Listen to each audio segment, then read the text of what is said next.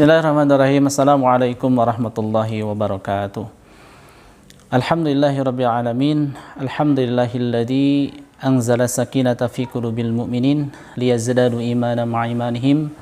Asyhadu an la ilaha illallah wahdahu la syarikalah, asyhadu anna Muhammadan abduhu wa rasuluh. Allahumma shalli ala Muhammad wa ala ali Muhammad.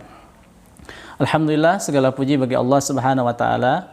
Di hari yang berbahagia ini kita bisa berkumpul, bertemu untuk bersama-sama meningkatkan kemampuan keilmuan kita, memenuhi hak akal kita dengan terus belajar dan terus mengaplikasikan apa yang kita pelajari.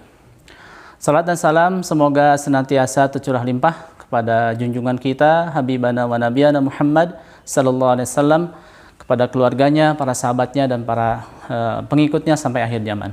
Sahabat-sahabat yang dirahmati Allah SWT, pada episode hari ini kita akan sama-sama memotivasi diri kita agar semakin tumbuh kecintaan kita kepada kitab suci Al-Quran, terutama kepada kita, para pemuda, para pelajar yang semestinya jauh lebih giat untuk terus penetrasi dengan Al-Quran.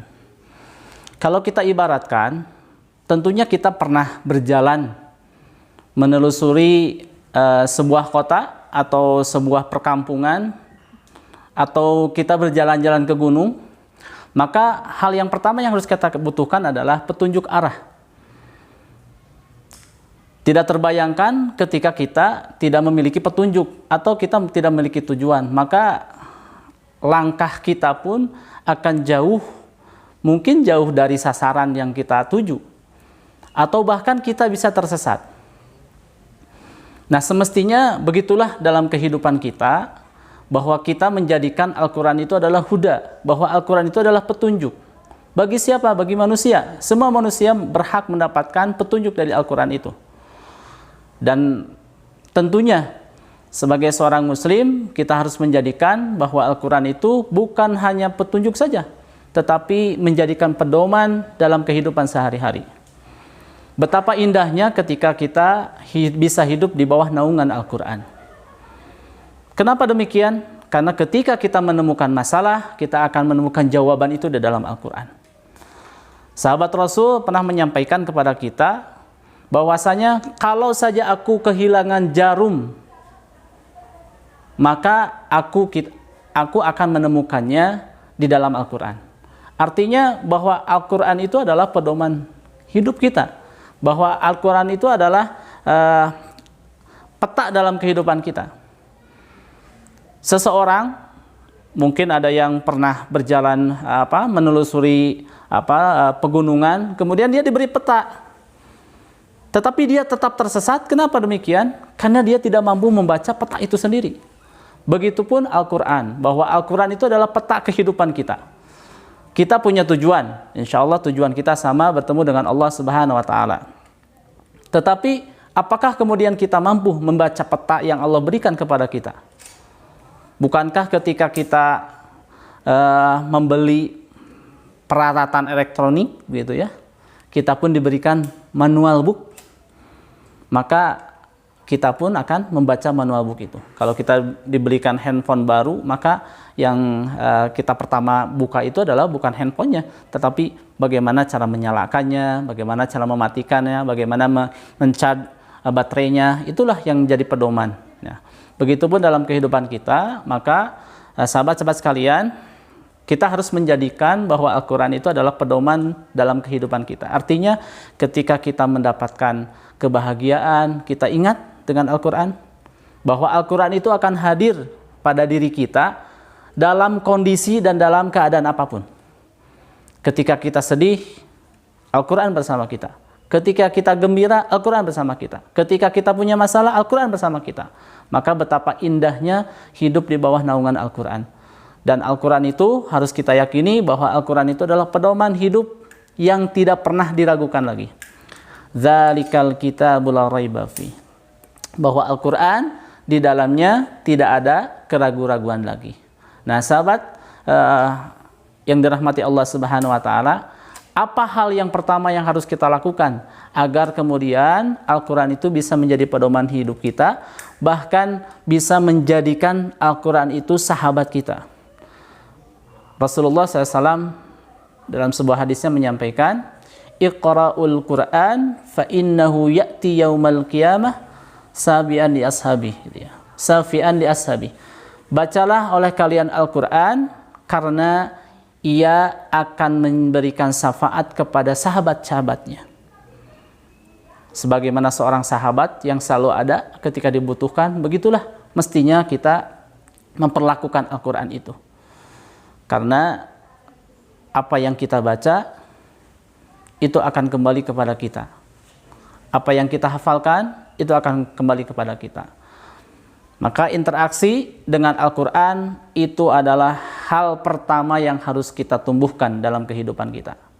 Kemampuan kita membaca peta dalam kehidupan kita, kemampuan kita membaca Al-Quran, itulah yang akan menentukan arah kehidupan kita. Sahabat-sahabat yang dirahmati Allah SWT, Ramadan ini tentunya bulan di mana Al-Quran diturunkan. Maka amalan yang harus diperbanyak di bulan Ramadan adalah membaca Al-Quran. Tumbuhkan kecintaan kita kepada Al-Quran, perbanyak membaca Al-Quran, jadikan setiap lisan yang keluar dalam di bulan Ramadan ini penuh dengan kalimat-kalimat Allah, memperbanyak Al-Quran. Karena Al-Quran akan memberikan syafaat kepada siapapun mereka yang membacanya. Sahabat-sahabat yang dirahmati Allah Subhanahu wa taala, selain membacanya, maka kita pun harus mampu untuk menghafalkan Al-Quran.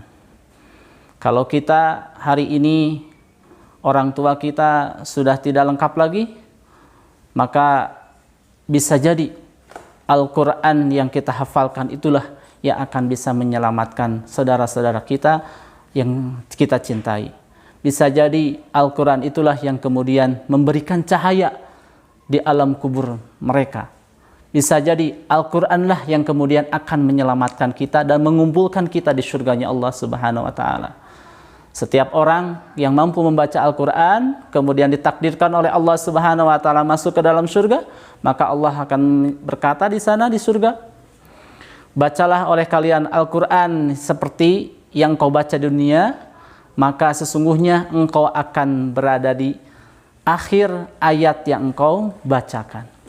Sahabat-sahabat yang dirahmati Allah SWT, semoga di bulan Ramadan ini Allah Subhanahu wa taala memberikan kemampuan kepada kita, memberikan hidayah kepada kita, agar Allah mudahkan kita untuk beramal soleh, Allah mudahkan untuk melakukan kebaikan, Allah mudahkan untuk bisa berinteraksi dengan Al-Quran. Yang masih terbata-bata, tidak usah khawatir. Baca saja, karena Allah Subhanahu wa taala akan menjadikan setiap hurufnya lipatan pahala, lipatan kebaikan. Semoga Allah Subhanahu wa taala senantiasa mengkaruniai kita hidayah, hidayah kekuatan, hidayah taufik, di mana Allah Subhanahu wa taala bukan hanya sekedar memberikan kita kemampuan untuk bisa memahami, untuk mengetahui, tetapi juga Allah memberikan kekuatan kepada kita agar kita bisa melakukan amal-amal terbaik di bulan ini. Jadikan Ramadan ini adalah Ramadan terakhir kita, sehingga kita akan memberikan segala waktu kita, kemampuan kita, kita curahkan di sini. Kita tidak tahu apakah kemudian nanti Ramadan tahun depan akan kita jalani.